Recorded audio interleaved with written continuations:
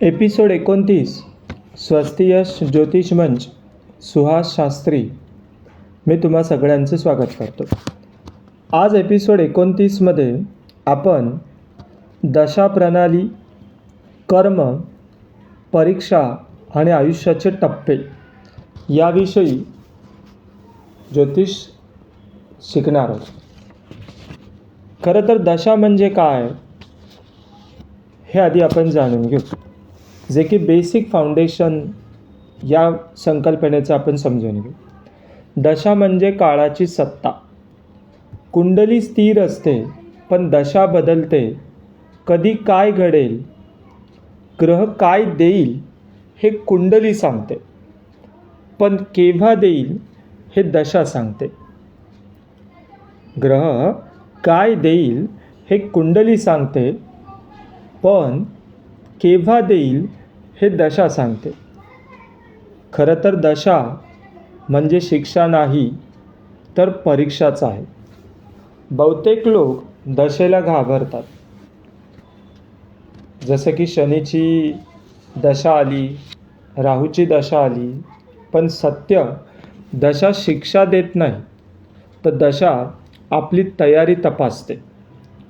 जो शिकतो, पुढे जातो आणि जो विरोध करतो तो त्रास भोगतो. जो शिकतो या दशेच्या अनुभवातून, घटनांतून तो जीवनामध्ये पुढे जातो, पण जो या दशेच्या काळामध्ये विरोध करतो तो मात्र त्रास भोगतो. मग म्हणाल, ग्रहांची दशा कशी काम करते?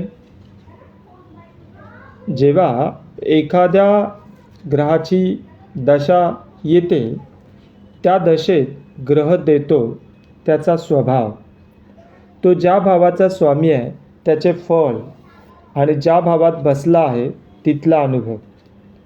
उदाहरणार्थ, जर गुरुची दशा सुरू झाली तर विस्तार, मार्गदर्शन जातकाच्या जीवनात या घटना पाहायला मिळतात. जर शनी आला तर बऱ्याच वेळेला संयम आणि जबाबदारी यासारख्या काही घटना जातकाच्या जीवनात घडतात. चांगली दशा असूनही त्रास का होतो असा प्रश्न बऱ्याच जणांना पडतो. कारण ग्रह शुभ असतो पण भाव अशुभ असतो. म्हणजे ज्या स्थानात तो ग्रह बसला ते स्थान म्हणजे भाव अशुभ असतं. ग्रह चांगला पण आपण बदल स्वीकारत नाही किंवा अहंकार करतो, अशा वेळेला दशा फळ मिळवायला मनाची तयारी लागते. मग तुम्ही म्हणाल, वाईट दशा असूनही यश कसं मिळतं? तर व्यक्ती शरण जाते, उपाय स्वीकारते आणि अहंकार सोडते. उदाहरणार्थ, शनी दशेत साधक घडतो तर राहू दशेत संशोधक घडतो. महादशा, अंतर्दशा समजणारी पद्धत किंवा समजून घेण्याची पद्धत. आधी महादशेचा ग्रह पाहायचा, मग अंतर्दशेचा ग्रह पाहायचा. म्हणजे थोडक्यात काय की तुमच्या पुढे किंवा तुमच्या कुंडलीनुसार सध्या तुम्हाला कोणती महादशा किंवा अंतर्दशा सुरू आहे हे कसं पाहायचं ते इथं आता सांगतो.